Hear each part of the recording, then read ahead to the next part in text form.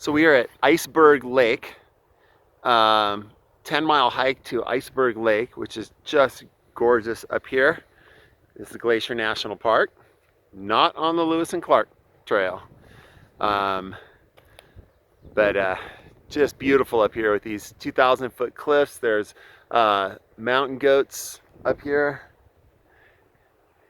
Come here, Ethan. Do Lewis and Clark video. Here.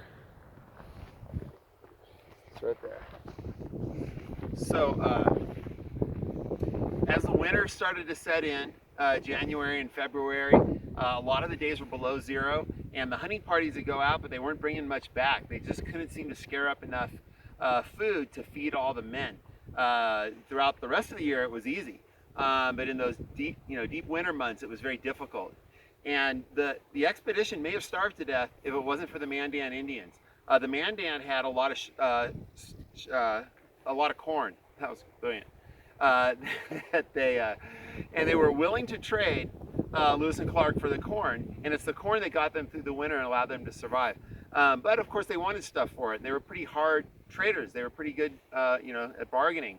And Lewis and Clark had a lot of stuff on their boats, but that stuff had to be used for the next couple of years, and they still have half a continent to cross and back, and so they couldn't spare it.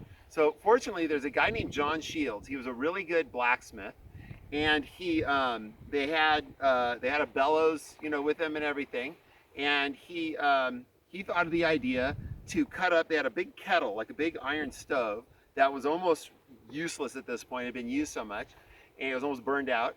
And he asked Lewis if he could cut it all up and make things for these guys. So prior to that, he had a business trading corn for.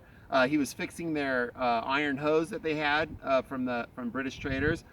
He was sharpening their tomahawks. He was fixing their weapons if they had firearms, and he thought of after that business kind of ran dry, to start making battle axes.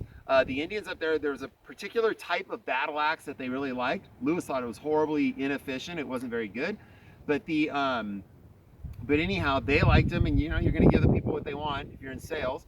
And so we basically started an arms trade up there through John Shields, and he started making these battle axes, and they were selling like crazy. They could not make them fast enough. He'd have a crew of men chopping down timber to keep heating the furnace and keep that thing going, and they still couldn't get rid of them fast enough. And finally, when they were getting low on iron and they didn't have much left, just little scraps, they would start making arrow points. They would make buffalo hide scrapers, and also anything, little things that they could make that would sell.